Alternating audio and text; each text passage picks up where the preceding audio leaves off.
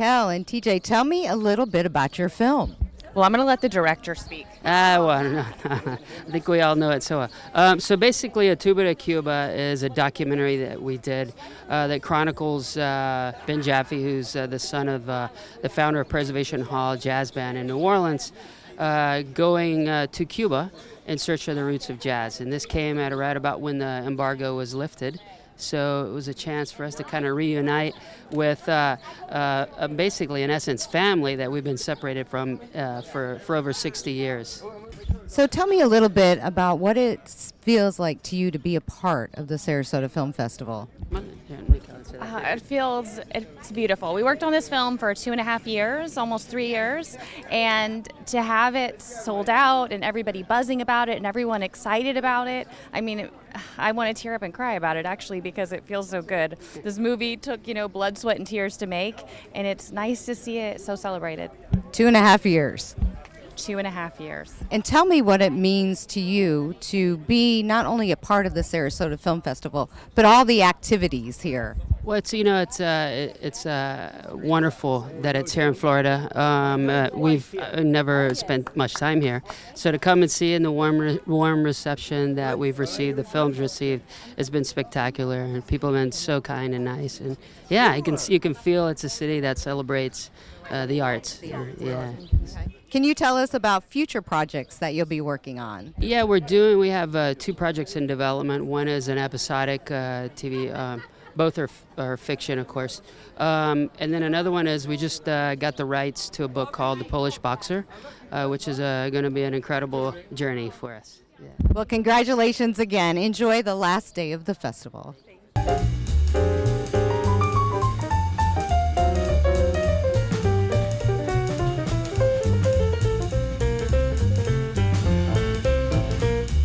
Mark, congratulations on 20 years. How do you do it? I really don't. You know what? I don't do it. The whole thing is that it's really the staff, the volunteers, and I'm being ridiculously humble. Actually, it's all me. It's all me. It's not me. It's everyone. It really takes a village. No, I mean, it's really everyone. And METV has been a big part of it. Let's be serious here. So, we're really excited. Not to mention Getty Images. They've been essential to everything. And this guy, hell of a guy. Anything that stands out this year, 20th year? What's that? Anything that really stands out this year for the 20th year? Well, we've brought back some of the actors that were here our first year. And so we're going to enjoy that tonight, actually. We're going to talk about that a little bit. And, there are many, many things that stand out. I couldn't name even 10 or 20 or 30 because there's literally hundreds. And, I'm just very, very thankful for the support of the community, support of all the media sponsors and all our hotel sponsors. Regal, that's been with us for 20 years. My kids for having given up a large portion of their inheritance so I could waste it on such a silly thing. But, seriously, it's the community. It's all about the community and the independent filmmakers we support, and we're very happy about it. And thank you for all you do for the community. And next year? You're already thinking about next year? Well, next year, hopefully, we'll be in our new offices. And, we'll see. Tatiana's coming out with a new film she promised me, so we're really excited. We're going to be excited to see that. And, we're going to have a great time. The new office is going to be great in downtown Sarasota, 332 Coconut. And we're excited about it. So does Tatiana want to tell us anything about the film? She's not allowed to. Not to tell. Just smile. I know too much, probably. Well, thank you again for all you do, Mark. Thank you very much. Thank you. That's a great picture.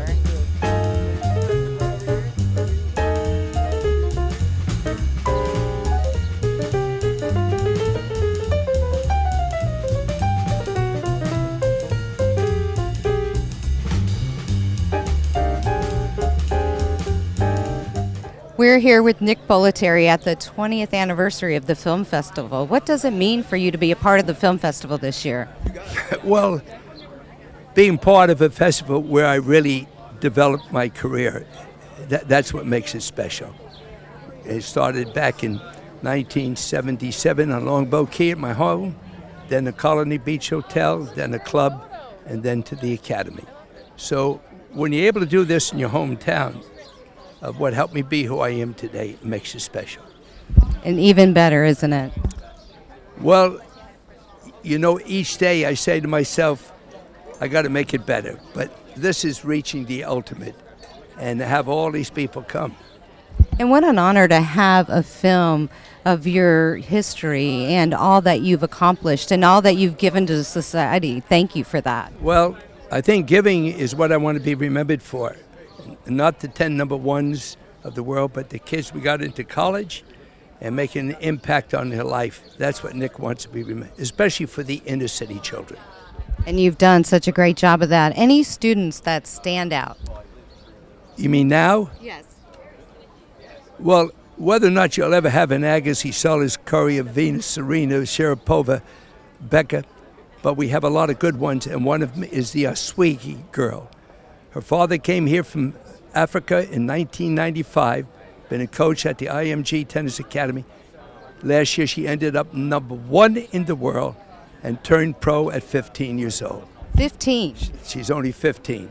So that's unusual because today, turning professional too soon is not like it used to be. I used to turn my students pro when they were in teenagers, in diapers. Today, the physical difference is very, very different. But she's our good one coming. We also have Michael Moe, and then we have the young Christian Harrison boy, and we have Mirror March. So right now we're doing real well, but the majority of students at IMG, we get a scholarship to college. And that is incredible. What you do and what you give to our society. What's up next year, for next year? Well, I'm doing a big thing with the Professional Tennis Registry of the World. There'll be a new book coming out, Keep It Simple. And also, coming out in September, I'm going back 14 years ago when I came out with a project for the high schools, but it was $300. In September, all the high schools in America will be able to get 10 videos, a 300-page manual, on-court manual, for $39.99. So I want to help the high schools because they have limited budgets, and it's very important to help the 650,000 children. And also I do a lot with the USTA in the inner city programs. And I'm very proud that I have a son in the 60s, a daughter in the 50s, a daughter in the 40s, daughter in the 30s, a daughter in the 20s, son in the teens, and a son in 10 and under. And Wow, tomorrow's my 14th anniversary, which breaks the record out of 8 marriages. So God bless you, everybody. Congratulations. All right, Thanks for all you do. Thank you, Nick.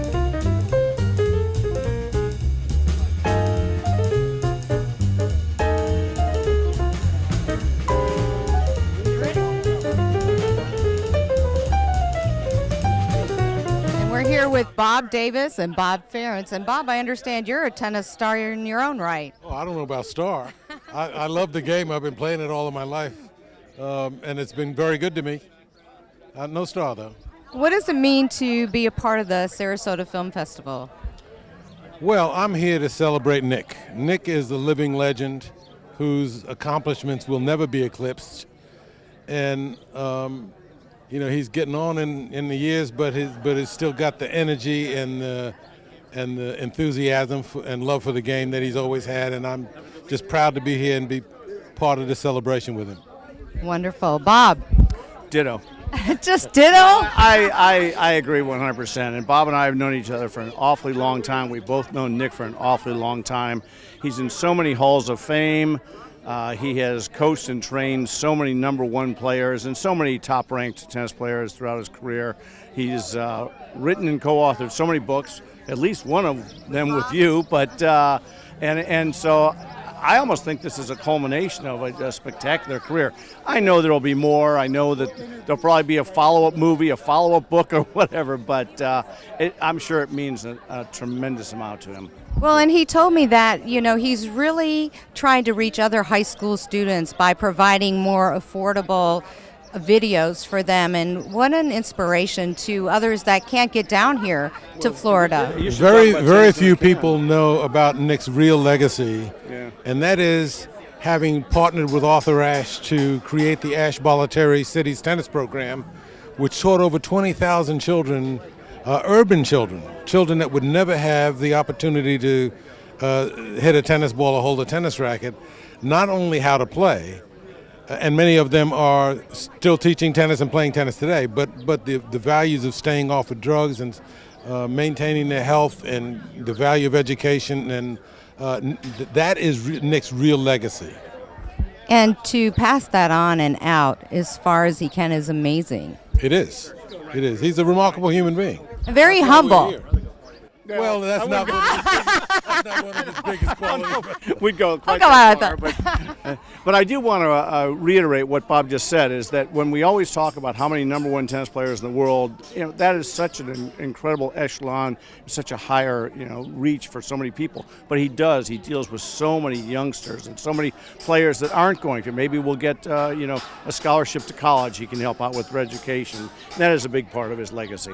Well, I'm sure he appreciates you being here to support him. Congratulations on the book, and enjoy the film.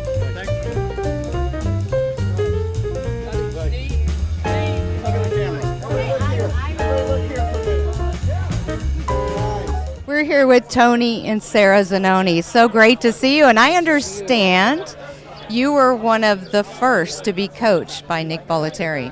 I was one of the original 25 students back in 1978 out at the Colony Beach and Tennis Resort when they started the Nick Bollettieri Tennis Academy. And tell me what that means to you. I mean, after all these years. The impact that he's had on my life personally it's been incredible.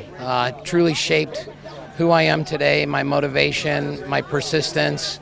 I came here from Bloomington, Illinois as a 12-year-old boy and had the experience of a lifetime. Would you do it again? Absolutely. And has he changed? No. Even after all these years? He's still the same. And Sarah, you have started a company? Is that correct? No, the special needs prom was last night, was a night with the stars, and we started it 10 years ago, and Mary Ann McDevitt has taken the torch, and she has made it amazing, and she's taken it and made it beyond we could ever imagine. So yes, it was something that I had brought to the area. Oh, wonderful. 10 years ago. So. Well, I hope you enjoy the film, and thank you so much for being here and a part of the Sarasota Film Festival. And thank you very much. Thank Have you a nice very day. much.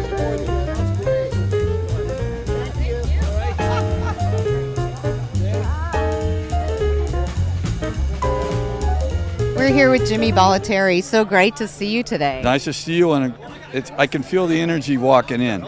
It's going to be quite exciting, and the documentary, which I've seen in the Miami Film Festival because I reside in Miami, where it all started, 1956. It is intense. It's like it was when you were right there at the time period. And you said a lot of the pictures are yours? I'm also a journalistic photographer, so when I worked at the Academy for the mid-'80s, when it all started happening with Andre and Courier and that crew, I coached them as well as photographed and documented pretty much the entire thing that took place there. And what does it mean to you to be here and a part celebrating with your dad? Well, I like the part that it's the rest of the world can see it. Unless you're back in the day and you watch 2020 or some of the other things that came on, Ted Koppel and things of that nature, or read Sports Illustrated, you don't really know what took place unless you're in that tennis world. So the rest of the world gets a chance to really see what took place. It's quite magical. And what do you want people to take away from this film today? It only happened once. That's it. I don't think it can happen again. Well, we're excited to see the film. Thank you so much for being here. Thank you.